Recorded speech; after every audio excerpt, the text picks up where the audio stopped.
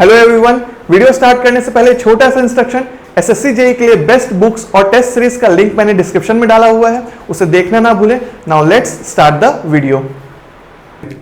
तो अभी तक हमने basic concept of charge, current, power, voltage, energy और रेसिस्टेंस को डील कर लिया है, और हमने ये भी देखा कि क्लासिफिकेशन ऑफ एलिमेंट्स क्या क्या होते हैं, टाइप्स ऑफ सोर्स क्या क्या होते हैं, और अब चलते हैं कॉन्सेप्ट ऑफ इंडक्टेंस के ऊपर।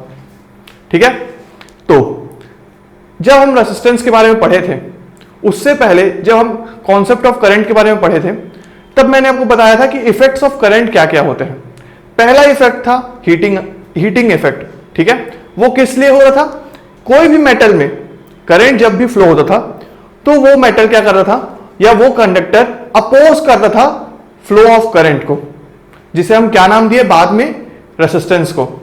उस रेसिस्टिव प्रॉपर्टी के कारण हमें हीटिंग इफेक्ट देखने को मिला। ठीक है, अब अगर सेम चीज हो रहा है, किसी कंडक्टर से करंट फ्लो हो रहा है, तो सेकेंड टाइप इफेक्ट में हमने क्या देखा था? Magnetic effect. वैसे ही अगर मैं लिखूं कि एक कंडक्टर है, करंट फ्लो हो रहा है आई, करंट फ्लो हो रहा है आई। इस इफेक्ट, वो जो सेकेंड इफेक्ट पढ़े थे, उसी इफेक्ट के अकॉर्डिंग यहां पर एक मैग्नेटिक फील्ड जनरेट हो गया। क्या है ये? Magnetic field, magnetic field, right. पहला था रेसिस्टिव नेचर के कारण हीटिंग जनरेट हुआ। अब किसी प्रॉपर्टी के कारण कंडक्टर में करंट फ्लो होने से हमें मैग्नेटिक फील्ड देखने को मिल रहा है। पर ये जो मैग्नेटिक फील्ड है, ये क्या है? Weak magnetic field.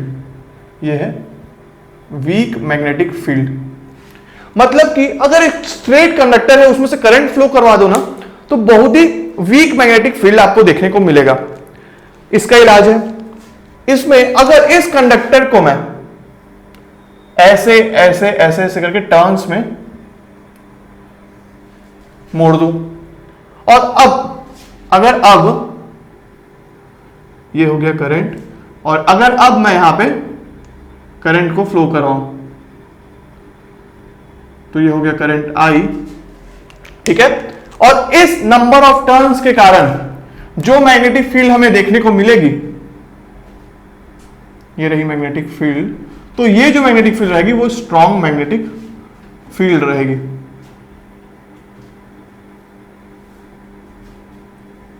Magnetic field, right. तो ये तो कॉन्सेप्ट आपको पता ही था, क्योंकि हम लोग कॉन्सेप्ट ऑफ करंट में ही, इफेक्ट्स ऑफ करंट में ये दोनों कॉन्सेप्ट देख चुके हैं कि किसी भी कंडक्टर से अगर करंट फ्लो हो रहा है तो मैग्नेटिक फील्ड हमें देखने को मिलेगा। ये कंडक्टर जिसको हमने क्या किया है? ट्विस्ट करके नंबर ऑफ टर्न्स बढ़ा दिए हैं। ये कंडक्टर कुछ नहीं बल्कि यही इंडक्टर है। इंडक्टर कुछ नहीं बल्कि क्या है? कंडक्टर जिसको हमने ट्विस्ट करके नंबर ऑफ टर्न्स में कन्वर्ट कर दिया है ताकि स्ट्रॉन्ग मैग्नेटिक फील्ड देखने को मिले, वही हमारा इंडक्टर होता है, राइट। अगर मैं फिर से आपको बताऊं तो क्या हो रहा था? एक कंडक्टर था हमारे पास, राइट। कैसा था? ये एक कंडक्टर हो गया जिसको हमने ट्विस्ट किया, ये हो गया ट्विस्ट हो गया। ठीक है, ट्विस्ट करके मैंने यहां पे करंट फ्लो करवा दिया, ये करंट हो गया आई। इस आई के कारण, कंडक्टर में करंट फ्लो होने के कारण मैग्नेटिक फील्ड, या क्या बोल सकते हैं, मैग्नेटिक फ्लक्स डेवलप हुआ। ठीक है, ये हो गया मैग्नेटिक फील्ड डेवलप। ये जो मैग्नेटिक फील्ड है, ये लिंक कर रहा है किससे? नंबर ऑफ टर्न्स से। ठीक है, ये जो मैग्नेटिक फील्ड जनरेट हुआ, ये हर वो जो फील्ड था वो उस टर्न से लिंक कर रहा है। तो इसको मैं क्या बोल सकता हूं? Flux linkage.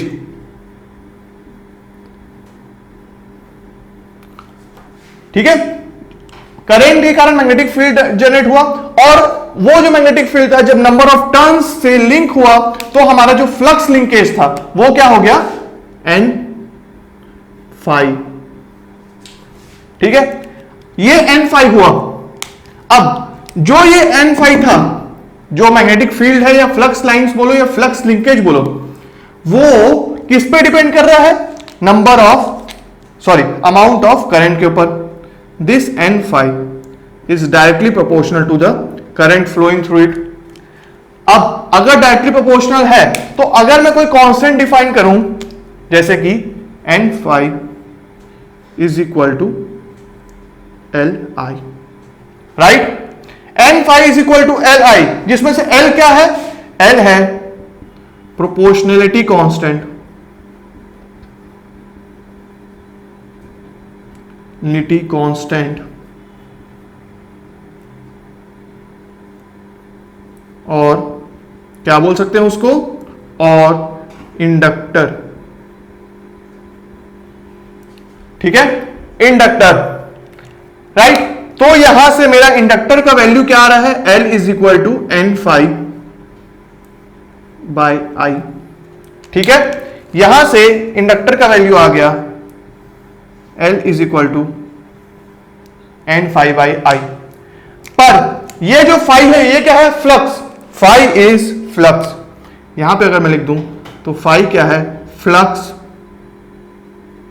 इन, फ्लक्स किसमें मेजर होता है? वीबर्स में, ठीक है? फ्लक्स इन वीबर्स, यूनिट याद रखिएगा। वैसे ही आई जो है वो किसमें मेजर होता है? वो होता है करंट, और मेजर होता है वो करंट इन एम्पियर्स,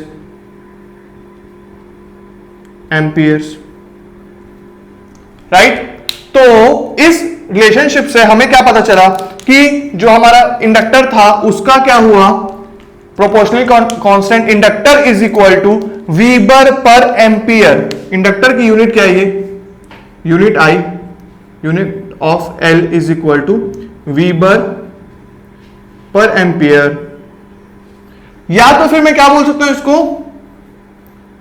और हेनरी, राइट? तो यहां पर हमने जो कॉन्सेप्ट देखा कि एक कंडक्टर था, कंडक्टर में से करंट फ्लो हुआ जो कि वीक मैग्नेटिक फील्ड था। तो हमारे पास क्या था? एक कंडक्टर था जिसमें से सिंपल कंडक्टर था, इसलिए जब उसमें करंट फ्लो हुआ तो वीक मैग्नेटिक फील्ड देखने को मिला। हमने उसको ट्विस्ट कर दिया तो हमें देखने को मिला कि वो स्ट्रॉन्ग मैग्नेटिक फील्ड को जनरेट कर रहा है, ठीक है? अब जब वो स्ट्रॉन्ग मैग्नेटिक फील्ड को जनरेट किया और वो जो मैग्नेटिक फील्ड था वो लिंक हुआ नंबर ऑफ टर्न से, तो हमें पता चला कि फ्लक्स लिंकेज हुआ, ठीक है? फ्लक्स लिंकेज इसको किससे डिनोट किया हमने? N5 से। और ये जो फ्लक्स लिंकेज था वो डायरेक्टली प्रोपोर्शनल था करंट जितना फ्लो हो रहा है उससे, तो N5 is directly proportional to I। तो क्या हुआ? N5 is equal to Li। L हमने एक प्रोपोर्शनल कांस्टेंट डिनोट किया और उसे क्या बोल सकते हैं हम? इंडक्टर बोल सकते हैं। तो यहां से हमें पता चला L is equal to N5 by I, right? Next, अब क्या होता है कि इंडक्टर, यहां से जो हमको देखने को मिल रहा है L is equal to N5 by I, मैं ये बोल सकता हूं कि लास्ट क्लास में भी हम लोग जब क्लासिफिकेशन ऑफ एलिमेंट्स पढ़े थे तो उसमें मैंने डिफाइन किया था inductor is a passive element. तो यहां पे अगर मैं लिखूं inductor is a passive element,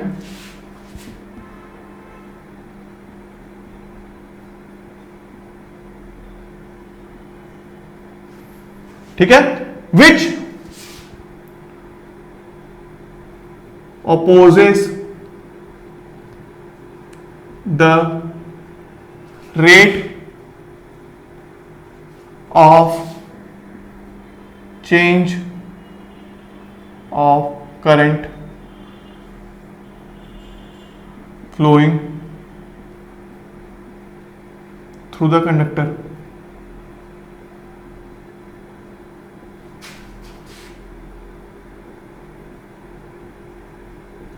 conductor से जो करंट फ्लो हो रहा है उसको जो अपोजिशन मिलता है उसे हम रेसिस्टेंस बोलते हैं, और कंडक्टर से जो करंट फ्लो हो रहा है उसका रेट ऑफ चेंज, मतलब उस करंट को चेंज होने से जो रोकता है उसमें जो अपोजिशन मिलता है उसे हम इंडक्टर बोलते हैं। और इंडक्टर क्या है? इंडक्टर एक पैसिव एलिमेंट है, ठीक है?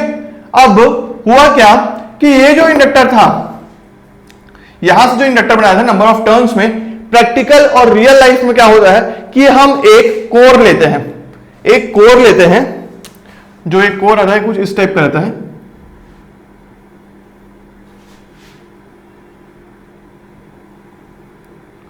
ये कोर हो गया। अब इसके ऊपर हम नंबर ऑफ टर्न्स को काउंट करते हैं,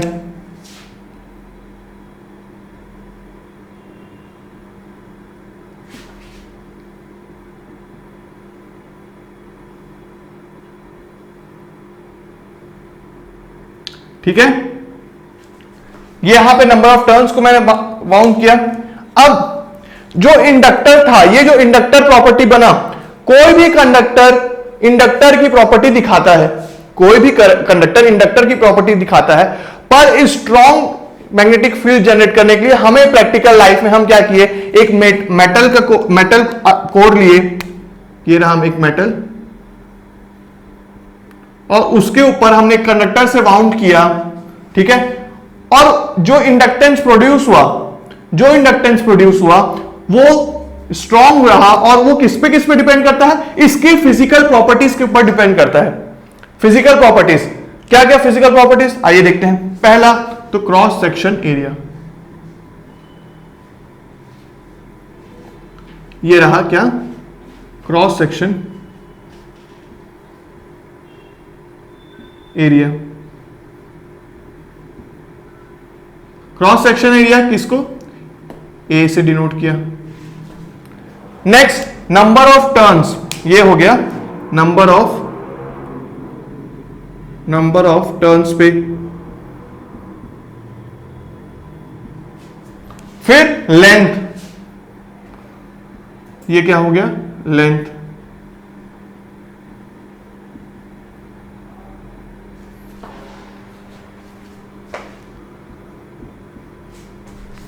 ठीक है, तो अपना जो इंडक्टर था L, वो किस पे डिपेंड किया, नंबर ऑफ टर्न्स के स्क्वायर के ऊपर, डायरेक्टली प्रोपोर्शनल। नेक्स्ट किस पे डिपेंड किया, एरिया ऑफ क्रॉस सेक्शन के ऊपर। नेक्स्ट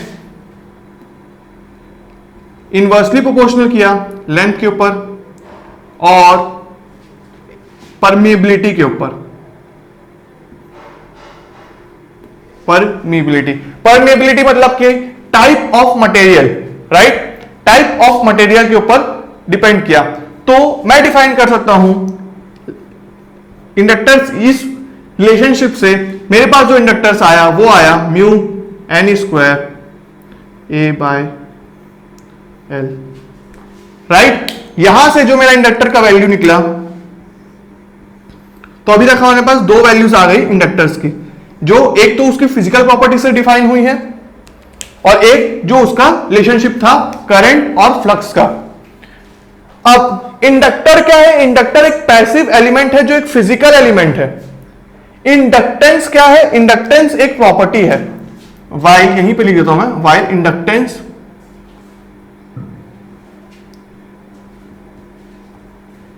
इज अ प्रॉपर्टी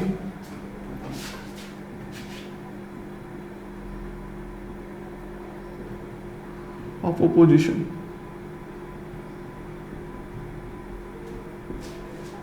ठीक है, जैसे कि रेसिस्टर एक एलिमेंट है, फिजिकल एलिमेंट है, रेसिस्टेंस एक प्रॉपर्टी है, वैसे ही इंडक्टर एक एलिमेंट है, इंडक्टेंस प्रॉपर्टी है। और इंडक्टेंस किसकी प्रॉपर्टी है, opposition to the change of flow of current, current के चेंज को अपोज करता है ये, राइट। और यहां पे अगर मैं इसको डिफाइन करूं एक एक एलिमेंट को, तो मैं क्या लिख सकता हूं, यहां पर ये हो गया नंबर ऑफ टर्न्स,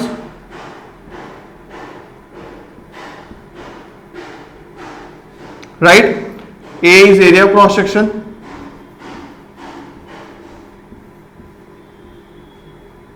किसमें, मीटर स्क्वायर में, इन मीटर स्क्वायर, ठीक है। L is length in metres, ठीक है। म्यू जो है परमिएबिलिटी, वो इक्वल टू होता है mu naught and mu R के। Mu is equal to mu naught and mu R, जिसमें कि म्यू नॉट इक्वल टू होता है एब्सोल्यूट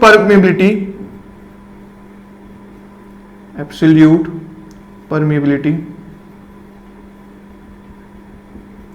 जिसकी वैल्यू होती है 4 pi into 10 to the power -7, ठीक है, और यूनिट होती है हेनरी पर मीटर। तो ये यूनिट को आप जरूर अच्छे से याद रखेंगे कि ये हो जाती है हेनरी पर मीटर, ठीक है, यूनिट याद रखेंगे। नेक्स्ट होता है relative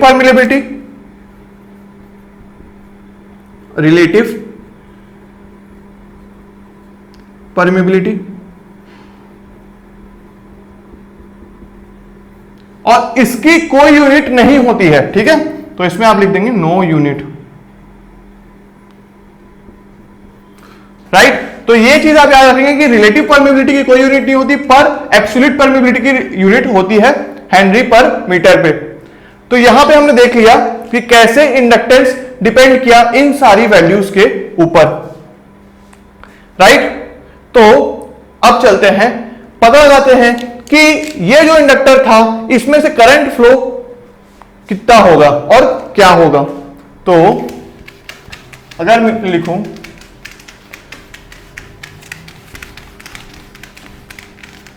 current flowing through inductor, मतलब कि current flowing through inductor, current flowing through inductor, इसमें क्या होगा आपको पता है, फैराडेज लॉ क्या बोलता है, किसी भी करंट कैरिंग कंडक्टर में ईएमएफ प्रोड्यूस हो रहा है वो डायरेक्टली प्रोपोर्शनल है किससे, फ्लक्स लिंकेजेस से डायरेक्टली प्रोपोर्शनल है। Rate of change of flux linkages define करते हैं कि कितना ईएमएफ प्रोड्यूस होगा। कैसे, मतलब मैं लिखूं इसको तो ये लिख सकता हूं V is equal to N d phi by dt, कि ठीक है, कहां से आया, फैराडेज लॉ से आया कि EMF produced is directly proportional to the rate of change of flux linkages. तो यही बस है, फ्लक्स लिंकेजेस क्या था, n phi था, रेट ऑफ चेंज मतलब d बाय dt, ठीक है। अब आपको पता है Li is equal to n phi, तो phi क्या हुआ, phi हो गया मेरा Li बाय n। अब इस इक्वेशन में अगर मैं phi की वैल्यू रखूं तो मेरे पास क्या आएगा, ये हो जाएगा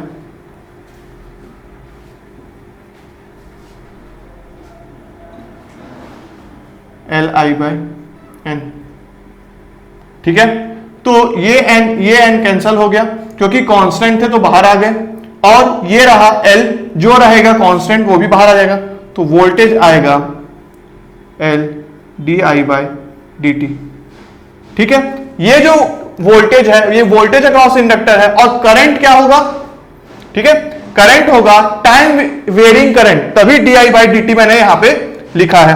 तो यहां से मुझे पता चला V is equal to L di by dt, right. और इसमें भी ना आप साइन कन्वेंशन याद रखेंगे कि अगर मान लीजिए इंडक्टर मेरा, अगर इंडक्टर बनाऊं यहां पे दो केसेस,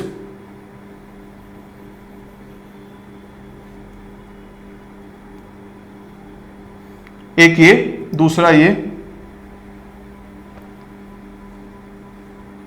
ठीक है। तो अगर यहां पे वोल्टेज है V और यहां पे भी वोल्टेज है V, और करंट जो है, करंट वो अगर ऐसे फ्लो हो रहा है और करंट इसमें हो रहा है ऐसे फ्लो, तो इस केस में V is equal to plus L di by dt होगा,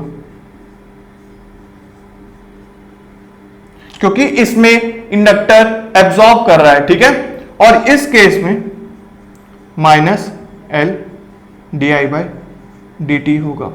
क्यों, क्योंकि इसमें इंडक्टर डिलीवर कर रहा है। यहां पे लिख देता हूं मैं current flowing through the inductor and voltage across inductor. तो मुझे ये तो पता चल गया कि वोल्टेज है V is equal to L D I by D T. अब करंट के बारे में अगर मैं बात करूं तो करंट के बारे में अगर मैं बोलूं तो डिफरेंशिएशन का उल्टा करेंगे तो हमारे पास क्या आ जाएगा, इंटीग्रेशन। और इंटीग्रेशन के केस में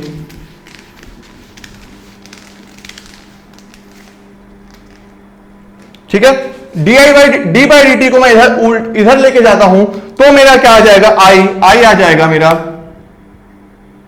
I is equal to 1 by L पहले तो, फिर माइनस इंफिनिटी टू टी, ठीक है, v डी टी। याद रखेंगे कि ये सब जो है टाइम वेरिंग, सबको अगर मैं टाइम वेरिंग को स्मॉल से दिखाऊं, राइट, यहां पे भी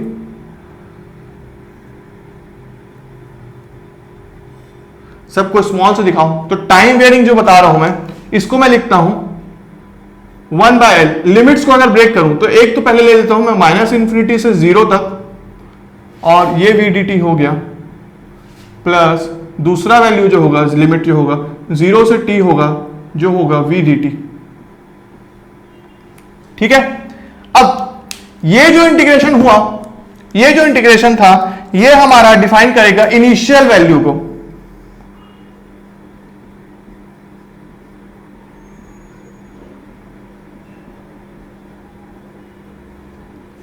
इनिशियल वैल्यू को, तो फिर मैं लिख सकता हूं कि जो आई टी आएगा मेरा, आई टी वो रहेगा इनिशियल वैल्यू, मतलब कि आई जीरो, पहले जो करंट फ्लो हो रहा था, plus 0 to T V D T. अगर इनिशियल करंट दिया हुआ है किसी भी इंडक्टर में, तो जितना करंट है उसके बाद वीडीटी करोगे। ठीक है, अगर ये 0 रहा तब फिर डायरेक्टली आप करोगे 0 टू टी वीडीटी। पर अगर पहले से 2 एम्पियर फ्लो हो रहा है, तब फिर अगर आप वोल्टेज आपका दिया हुआ कुछ वोल्टेज, तब फिर आप इसको इंटीग्रेट करोगे, राइट। तो आप ये याद रखेंगे, आई टी हो गया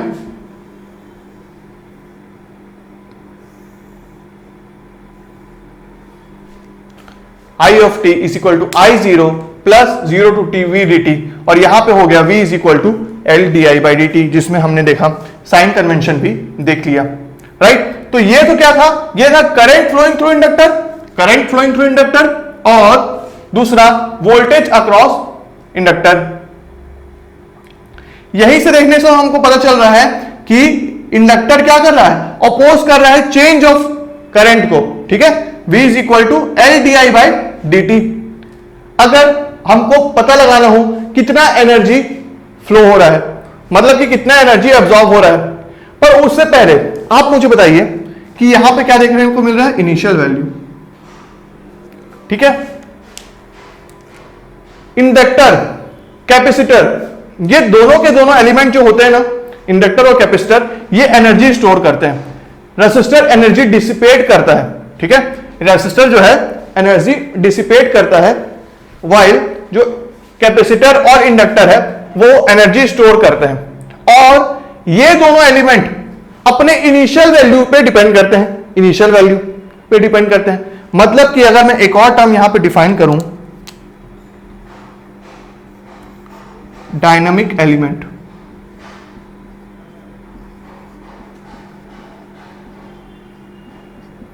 मतलब कि ये वो एलिमेंट्स होते हैं जो सिर्फ अपने प्रेजेंट वैल्यू पे डिपेंड नहीं करते, बल्कि डिपेंड करते हैं इनिशियल वैल्यूज पे भी। उसे हम कहते हैं dynamic element, elements whose values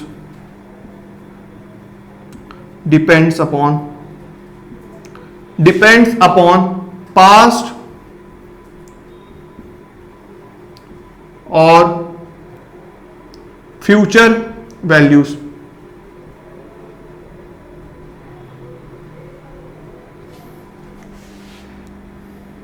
are called as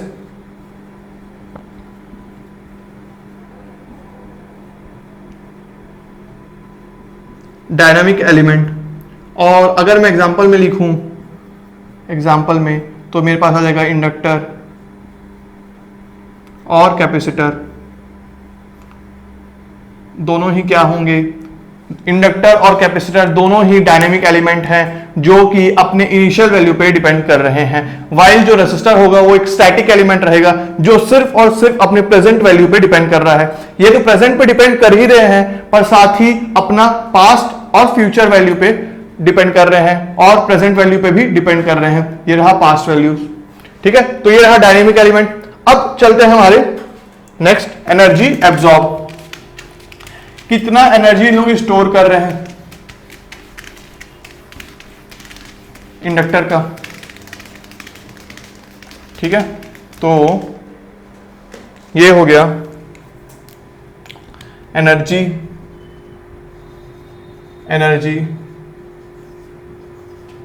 stored in an inductor.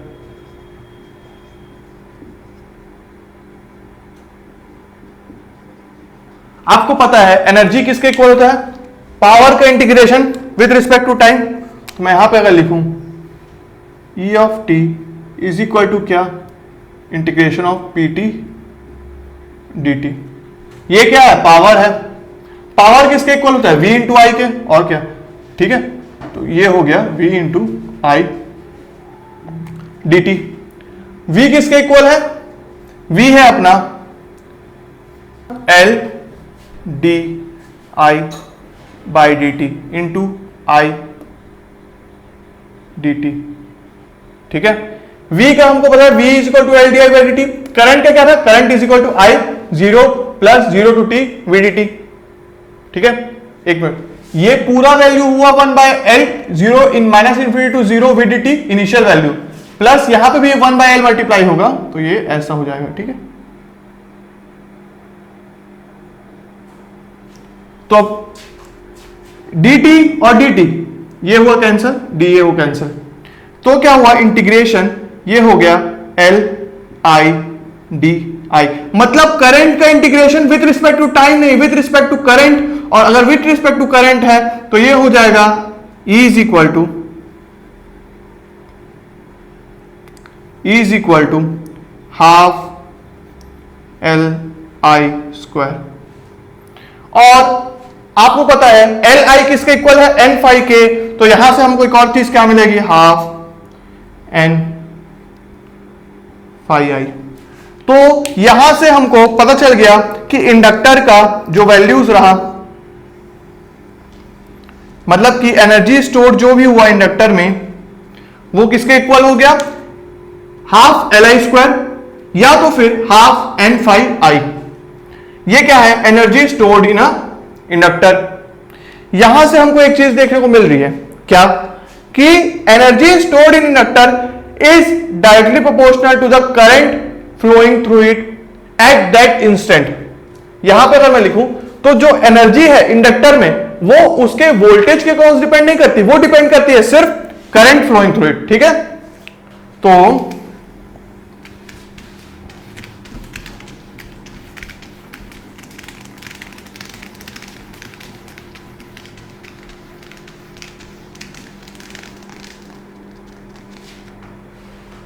तो मैं इसको लिख सकता हूं की पॉइंट में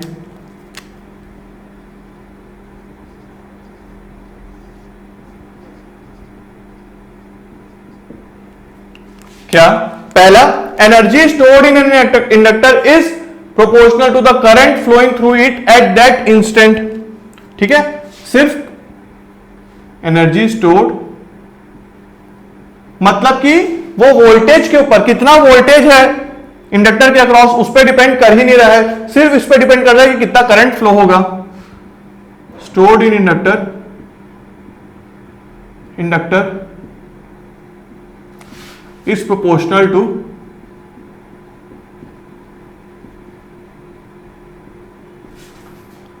द, डायरेक्टली लिखता हूं यहां पर, directly proportional to the current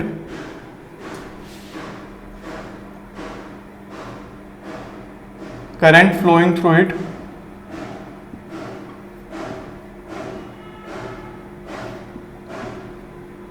eight that instant, उस इंस्टेंट पे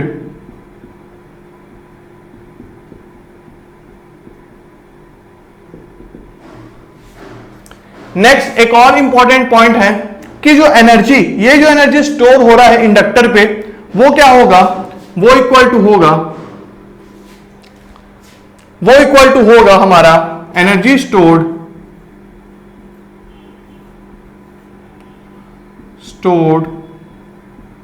इन inductor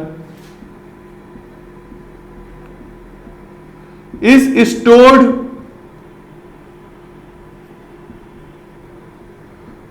stored in its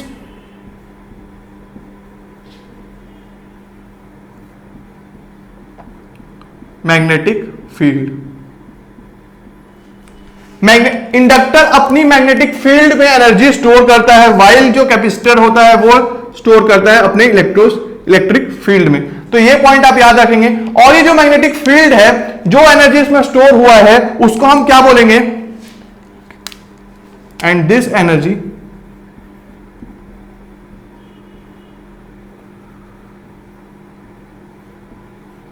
is kinetic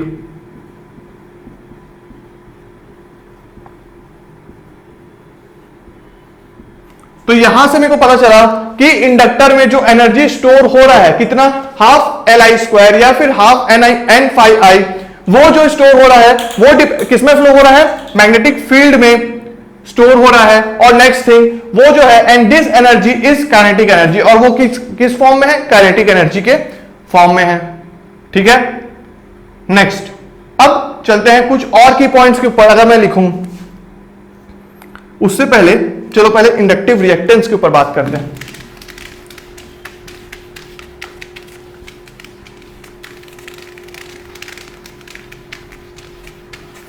ठीक है, इंडक्टिव रिएक्टेंस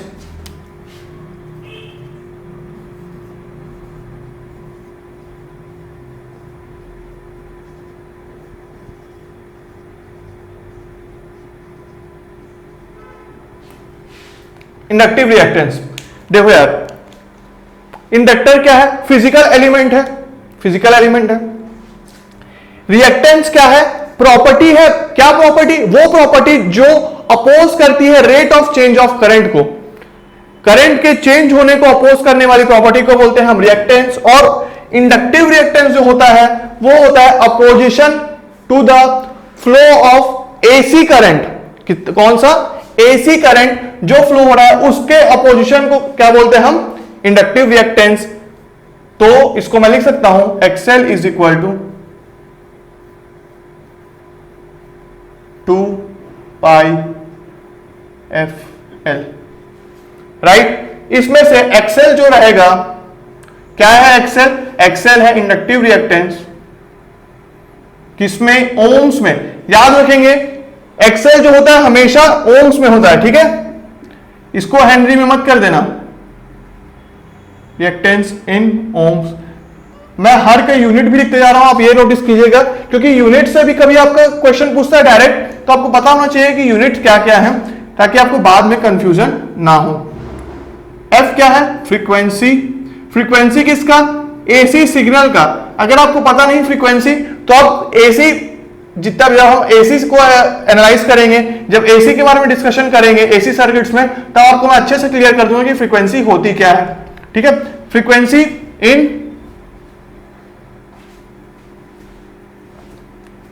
इन हर्ट्ज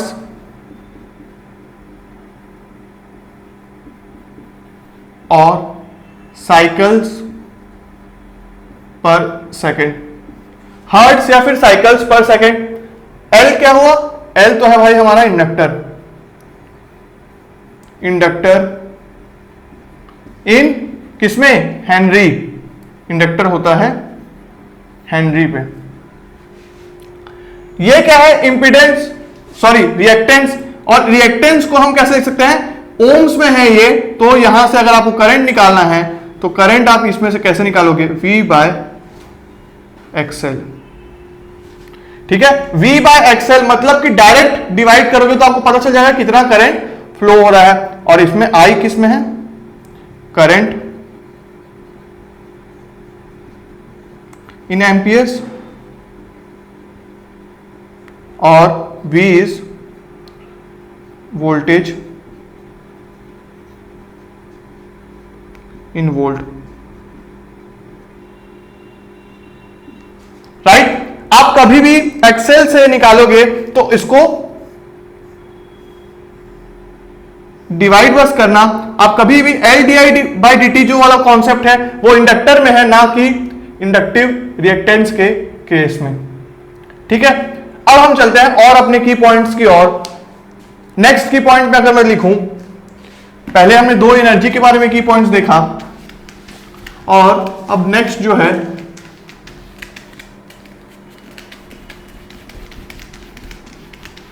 वो की पॉइंट्स क्या क्या होगा,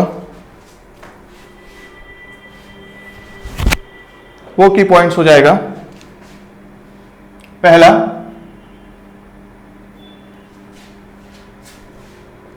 एक्सेल जो है किससे डायरेक्टली प्रोपोर्शनल टू फ्रीक्वेंसी है। याद करिएगा मैंने आपको कॉन्सेप्ट ऑफ रेसिस्टेंस में भी बताया था कि resistance is directly proportional to temperature while it is independent of frequency. Frequency change होने का या फ्रीक्वेंसी के ऊपर रेसिस्टेंस के ऊपर फ्रीक्वेंसी का कोई भी चेंज या डिफरेंस नहीं क्रिएट होता, पर इंडक्टिव रिएक्टेंस का जो भी चेंजेस होगा वो फ्रीक्वेंसी के ऊपर डिपेंड करेगा। तो हमेशा याद रखेंगे अगर फ्रीक्वेंसी चेंज हो रही है किसी भी क्वेश्चन में, तो आप याद रखेंगे कि जो रिएक्टेंस होगा चाहे वो इंडक्टिव हो या कैपेसिटिव हो वो हमेशा चेंज होगा, ठीक है। तो XL inductive reactance XL is directly proportional to frequency. Frequency अगर बढ़ेगी तो इंडक्टिव रिएक्टेंस बढ़ेगा, फ्रीक्वेंसी अगर डिक्रीज होगी तो इंडक्टिव रिएक्टेंस डिक्रीज होगा, डायरेक्टली प्रोपोर्शनल रहेगा। नेक्स्ट, कंडक्टर क्या था, सॉरी इंडक्टर क्या था, एक कंडक्टर था जिसको हमने ट्विस्ट कर दिया है नंबर ऑफ टर्न्स में, राइट।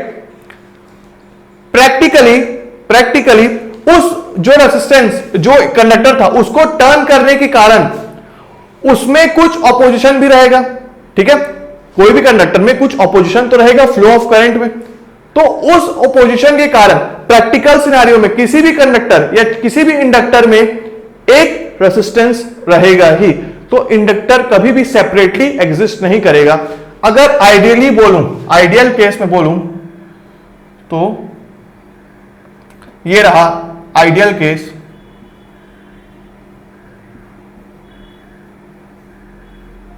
ये रहा आइडियल केस, और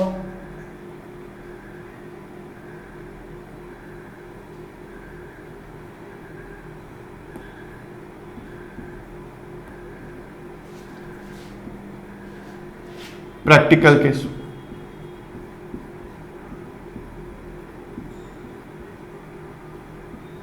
तो मतलब प्रैक्टिकल केस में due to the resistance of conducting material और वायर का जो भी रेसिस्टेंस होगा उसके कारण प्रैक्टिकल केस में हमेशा रेसिस्टेंस रहेगा। और अगर हमेशा रेसिस्टेंस रहेगा तो क्या होगा कि एनर्जी, तो इंडक्टर जो है वो पैसिव एलिमेंट है जो एनर्जी को एब्जॉर्ब करता है, एनर्जी उसमें स्टोर होते जा रही है, पर क्योंकि रेसिस्टेंस उसके साथ हमेशा रहेगा तो एनर्जी हमेशा डिसिपेट भी होगी। इंडक्टर कभी भी इनफाइनाइट टाइम तक एनर्जी को अपने पास नहीं रख पाएगा, उसमें कोई एनर्जी बची रहेगी, डिसिपेट होती रहेगी। तो ठीक है, आइडियल केस के लिए ये हुआ जिसमें नॉर्मल इंडक्टर था, पर ऐसा पॉसिबल नहीं है प्रैक्टिकल सिनेरियो में, क्योंकि जो भी वायर रहेगा उससे कुछ ना कुछ रेसिस्टेंस रहेगा। इंडक्टर एनर्जी स्टोर करता है, पर अगर आप एनर्जी स्टोर करके छोड़ दिए प्रैक्टिकल सिनेरियो में, क्योंकि रेसिस्टेंस प्रेजेंट है तो कुछ ना कुछ एनर्जी डिसिपेट होते रहेगा और इवेंचुअली सारी एनर्जी डिसिपेट हो जाएंगी। तो ये रहा प्रैक्टिकल केस। दो केसेस, दो की पॉइंट आपने देख लिया कि इंडक्टर, अगर आपसे पूछा जाए प्रैक्टिकल इंडक्टर एनर्जी डिसिपेट करता है कि नहीं, तो आप लिखेंगे प्रैक्टिकल इंडक्टर एनर्जी डिसिपेट करता है, क्योंकि उसमें स्मॉल अमाउंट ऑफ रेसिस्टेंस होता है। और ध्यान रखिएगा सीरीज में कनेक्टेड है, जो मैंने के मॉडल बनाया है वो सीरीज में कनेक्टेड है आर। जब हम कैपेसिटर का देखेंगे तो हम देखेंगे कि प्रैक्टिकल कैपेसिटर जो होता है उसके पैरेलल में होता है रेसिस्टेंस। अब चलते हैं थर्ड केस में। अगर मैं डीसी सप्लाई दे दूं, इंडक्टर को डीसी सप्लाई दे दूं, मतलब कि क्या हुआ कि ये रहा कांस्टेंट करंट, आई दे दूं 2 एम्पियर का, ठीक है, और ये एल हो गया। अगर ऐसा कनेक्ट कर दूं तो होगा क्या, होगा ये कि जो भी करंट फ्लो हो रहा है, ठीक है, कांस्टेंट है, कांस्टेंट करंट, क्योंकि डीसी सप्लाई है, कांस्टेंट वैल्यू है, तो V क्या हुआ, L di by D T. अब di by D T, differentiation of a constant term is 0, तो वोल्टेज क्या आ जाएगा, I अगर कांस्टेंट है तो क्या हो जाएगा, V आ जाएगा 0। तो फिर क्या हो गया, V आ गया 0, वोल्टेज अगर 0 आ गया मतलब कि क्या हुआ सर, इंडक्टर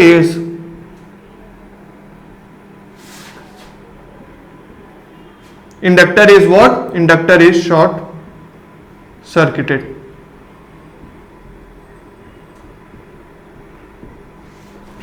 मतलब कि क्या, कभी भी अगर डीसी सप्लाई होगा, in case of DC supply,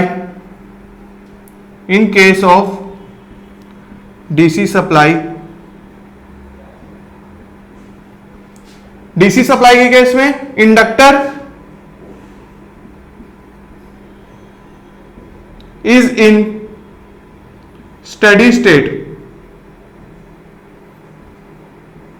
मतलब कहीं भी आप अगर स्टेडी स्टेट देख रहे हो ना, तो मतलब समझ जाना कि वो डीसी सप्लाई है। या फिर स्टेडी स्टेट का एक और मतलब होता है कि T टेंड्स टू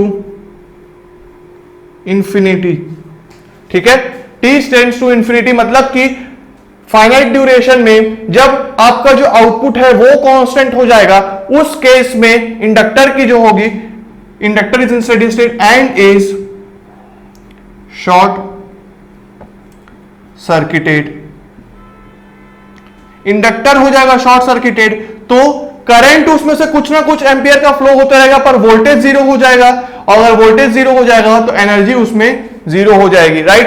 तो इसका मतलब कभी भी डीसी सप्लाई से इंडक्टर कनेक्टेड हो तो इंडक्टर हो जाता है शॉर्ट सर्किटेड। और अगर मैं बात करूं, एक और क्वेश्चन बन जाता है यहां से कि inductor eight the time of switching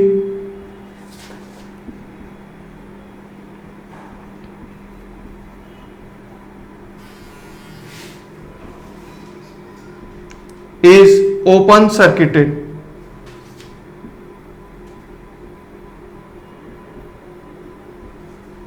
inductor जो रहता है वो स्विचिंग के टाइम में ओपन सर्किट रहता है। मतलब कि अगर मान लीजिए एक सर्किट है, यहां पे मैंने स्विच कंडक्ट कर दिया, यहां पे एक स्विच लगा दिया, ठीक है, तो जैसे ही स्विच बंद होते रहेगा या ओपन होगा, ठीक है, उस इंस्टेंट में इंडक्टर जो रहता है वो ओपन सर्किट बिहेव करता है, ठीक है। तो अभी तक हमने 4 की पॉइंट देखे। पहला, inductive reactance is directly proportional to frequency. Next, ideal case में इंडक्टर सिर्फ इंडक्टर प्रेजेंट होगा, पर प्रैक्टिकल केस में due to some resistance of the conducting wire कुछ रेसिस्टेंस प्रेजेंट होगा, इसलिए इंडक्टर एनर्जी स्टोर तो करेगा पर कुछ एनर्जी डिसिपेट होगी प्रैक्टिकल केस में। थर्ड केस में अगर डीसी सप्लाई रहा, डीसी सप्लाई होने से जो डिफरेंशिएशन होगा वो जीरो हो जाएगा, तो वोल्टेज जीरो हो जाएगा। वोल्टेज जीरो मतलब कि क्या, शॉर्ट सर्किट वाला कंडीशन हो गया। शॉर्ट सर्किट मतलब कि in case of DC supply inductor is in steady state, मतलब कि टी टेंड्स टू इंफिनिटी पे इंडक्टर क्या हो जाएगा, शॉर्ट सर्किटेड रहेगा, ठीक है। डीसी सप्लाई जैसे ही मिला इंडक्टर हो गया शॉर्ट सर्किट। पर अगर यहां पे स्विच कनेक्टेड है तो स्विच के time, eight the time of switching, switching के सिर्फ टाइम में, मतलब कि अगर समझ लीजिए t इज इक्वल टू 0 पे स्विचिंग हो रही है, तो t इज इक्वल टू 0 पे इंडक्टर रहेगा ओपन सर्किटेड, ठीक है। उस केस में इंडक्टर हो जाता है ओपन सर्किटेड। और अगर एक और पॉइंट लिखूं जो सबसे इंपॉर्टेंट पॉइंट है इंडक्टर का,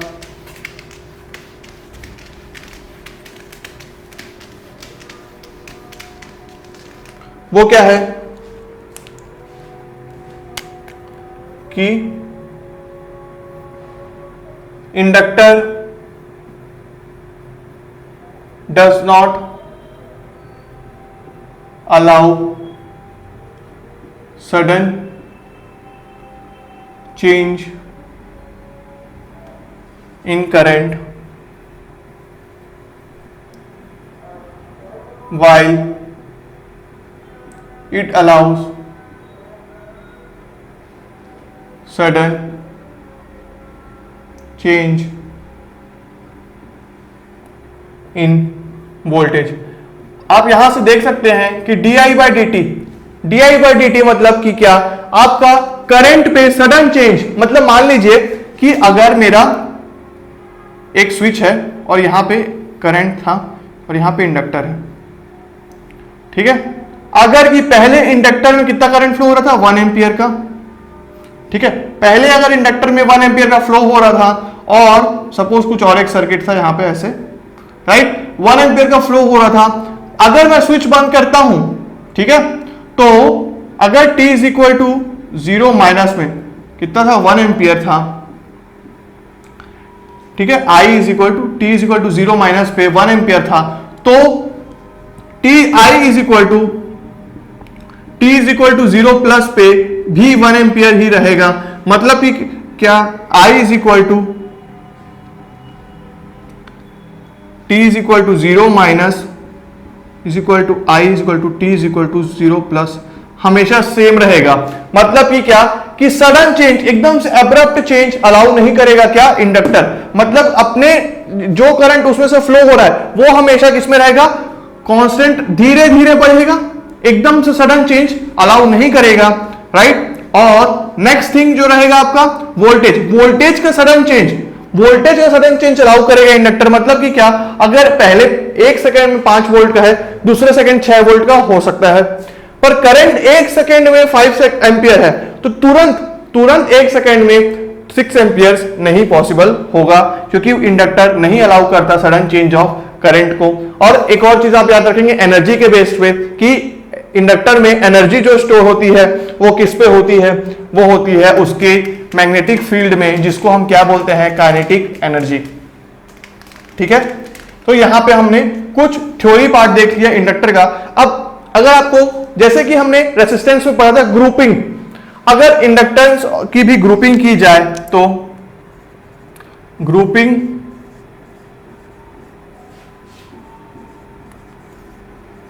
ऑफ इंडक्टर्स,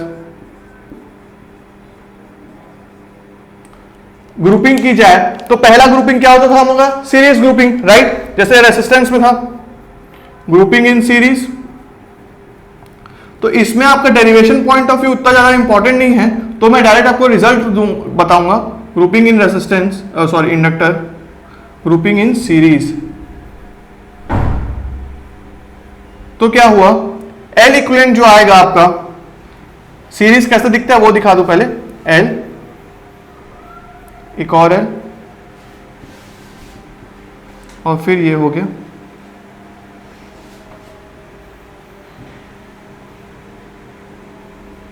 वही सेम करंट फ्लो हो रहा है सभी इंडक्टर से, वोल्टेज अलग अलग है, ठीक है। एसी सप्लाई है, तो L इक्विवेलेंट जो मेरा आएगा वो रहेगा L1 और ये NN, तो L1 plus L2 plus so on plus LN। मतलब कि क्या, जैसे कि रेसिस्टेंस में था समेशन ऑफ ऑल रेसिस्टेंसेस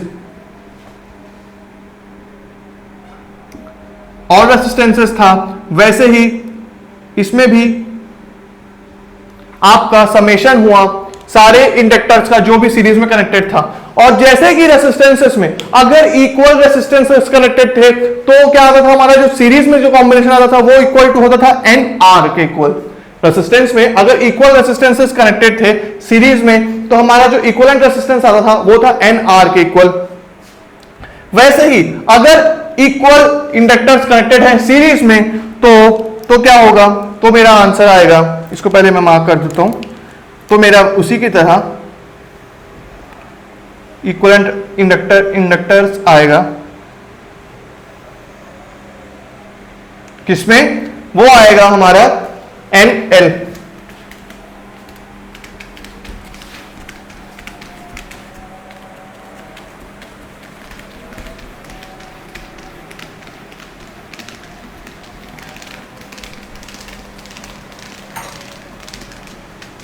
तो वो रहेगा हमारा,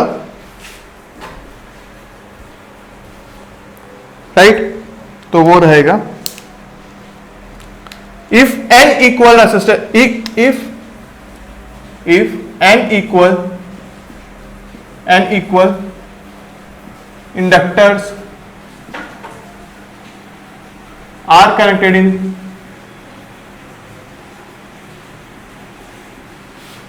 सीरीज,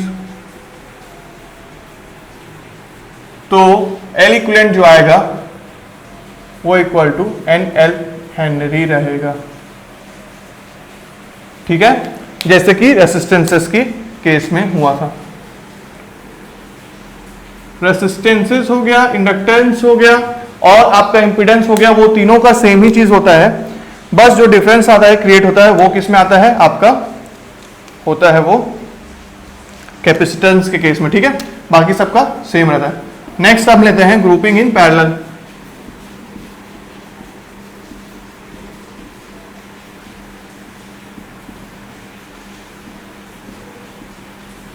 इसमें भी रेसिस्टेंसेस की तरह आपका जो L इक्विवेलेंट आता है उसका डायग्राम बनाने की जरूरत है क्या? बना दूं क्या? ये हो गया ऐसा,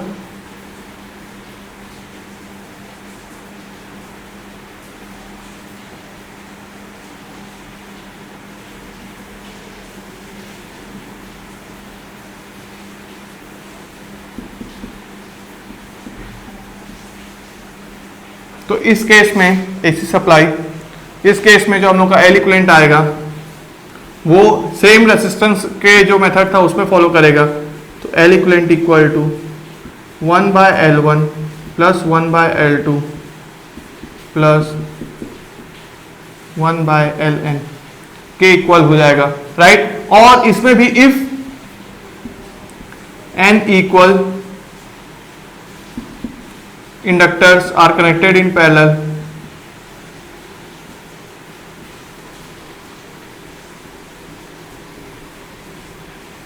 पैरेलल में कनेक्टेड हुए तो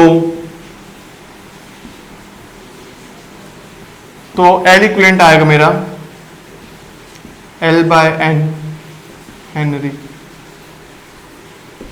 ठीक है, सेम इंडक्टर रेसिस्टेंस को ही फॉलो किया सारा का सारा। आप याद रखेंगे इंडक्टर, जब हम स्टार डेल्टा भी पढ़ेंगे ना, कभी भी आप आगे रिवाइज करेंगे तो आप एक चीज देखेंगे, वोल्टेज डिवीजन हो चाहे करंट डिवीजन हो चाहे कोई भी फॉर्मूला हो, उसमें इंपीडेंस, रेसिस्टेंस, इंडक्टिव रिएक्टेंस, ये सब का या फिर इंडक्टर का सब कुछ सेम होता है, बस डिफरेंस आता है कैपेसिटेंस में, उसका बस हर चीज उल्टा हो जाता है। ठीक है, तो यहां पे हमने ग्रुपिंग इन सीरीज और ग्रुपिंग इन पैरेलल देख लिया। अब थोड़ा सा बेसिक पॉइंट देख लेते हैं, जैसे कि रेसिस्टेंसेस में देखे थे वैसे ही आपका इसमें भी आ जाएगा टाइप्स ऑफ इंडक्टेंस, इंडक्टर्स, या फिर आप बोल सकते हैं चोक। ठीक है, चोक क्या होता है? टाइप्स ऑफ, पहले मैं लिख दूं हेडिंग,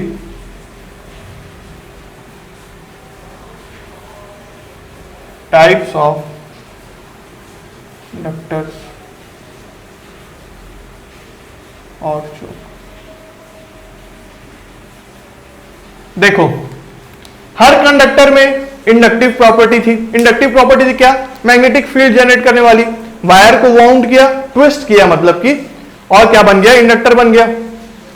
अगर उस ट्विस्ट करने के बाद मैग्नेटिक फील्ड जो जनरेट हुआ उसको अगर मैं किसी भी अंदर, किसी के ऊपर, जैसे हम लोग ने एक जो प्रैक्टिकल केस देखा था उसमें मैं किसमें किया था? मेटल कोर, एक मेटल कोर लिया था, उसके ऊपर वायर को वाउंड किया था।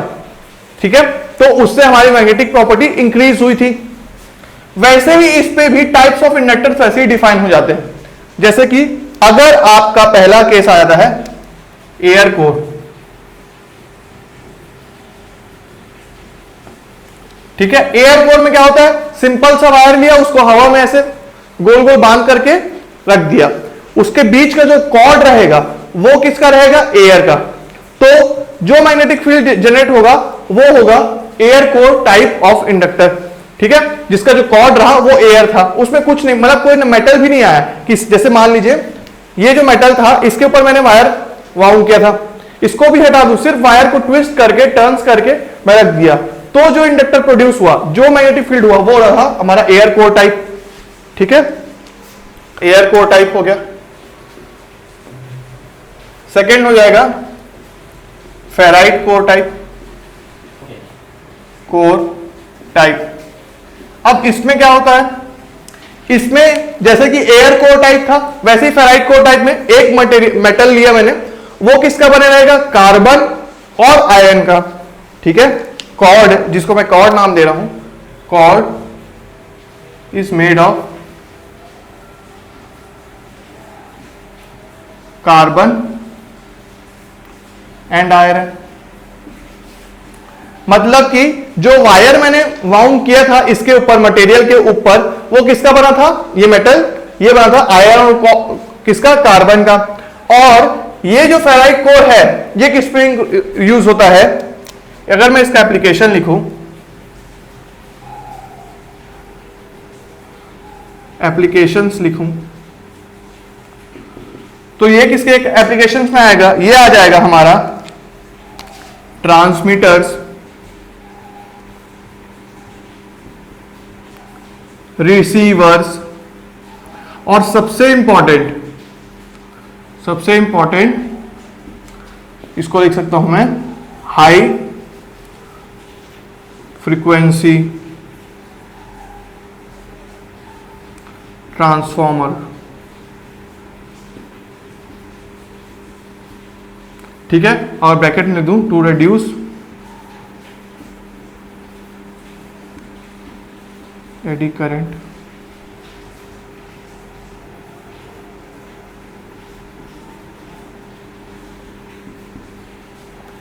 ठीक है, ये वाला पॉइंट सबसे इंपॉर्टेंट था कि हाई फ्रीक्वेंसी ट्रांसफॉर्मर में, जब आप ट्रांसफॉर्मर पढ़ेंगे, जब मैं आपको पढ़ाऊंगा, तब मैं आपको बताऊंगा कि क्यों हाई फ्रीक्वेंसी ट्रांसफॉर्मर में हम रिड्यूस करने के लिए, एडी करंट लॉस को रिड्यूस करने के लिए हम हाई फ्रीक्वेंसी ट्रांसफॉर्मर में कौन सा कोर यूज करते हैं, फेराइट कोर यूज करते हैं।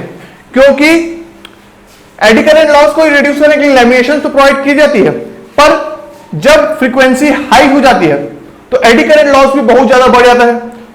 जब एडी करंट लॉस भी बहुत हाई है, फ्रीक्वेंसी भी बहुत हाई है, उस केस में हमारे पास कोई ऑप्शन नहीं रहता और हम यूज करते हैं फेराइट कोर, क्योंकि इसका जो रेसिस्टेंस रहेगा वो ज्यादा रहेगा, रेसिस्टेंस ज्यादा रहेगा, एडी करंट कम रहेगा, एडी करंट लॉसेस कम होगी।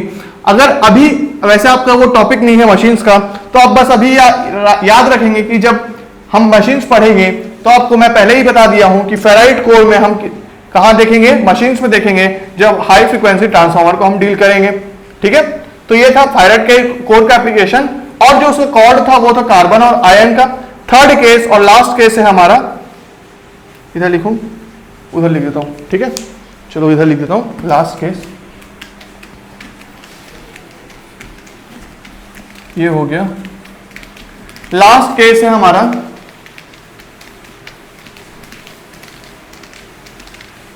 Iron core. ठीक है, लास्ट केस लिख दो,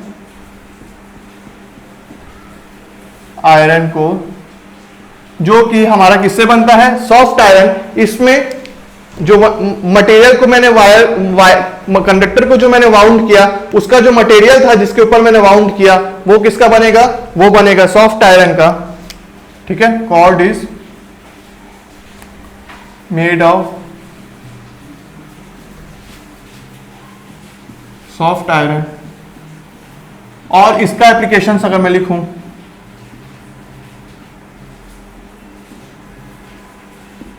तो मुझे कहां मिलेगा, ये जो आयरन कोर है, ये नॉर्मल ट्रांसफॉर्मर्स में आयरन कोर यूज होता है, सॉफ्ट आयरन से बनता है वो। ठीक है, पर जब आपका रेक्टिफायर्स पढ़ोगे आप, तो रेक्टिफायर्स में पल्सेशन को हटाने के लिए भी हम रेक्टिफायर्स में रेक्टिफायर्स टू रिमूव पल्सेशन हम आयरन कोन का यूज करते हैं, और सोडियम लैंप में भी हम इसका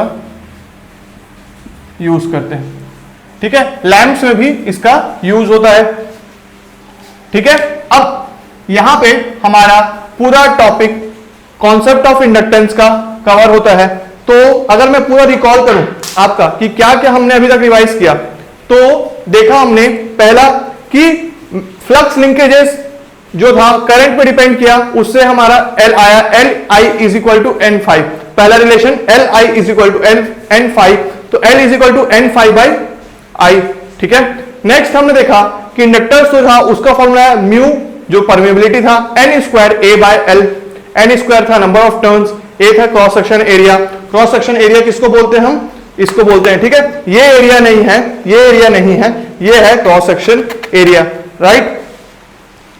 then mu N square A by L, L था लेंथ, ठीक है, उस पे गए। फिर हमने देखा जो वोल्टेज था इंडक्टर का वो था L D I by D t, current था आई ऑफ जीरो, इनिशियल वैल्यू, हमेशा इनिशियल वैल्यू को भूलिएगा मत, यूज कीजिएगा अगर दिया होगा क्वेश्चन में तो, plus 1 by L integration from V D T, ये था।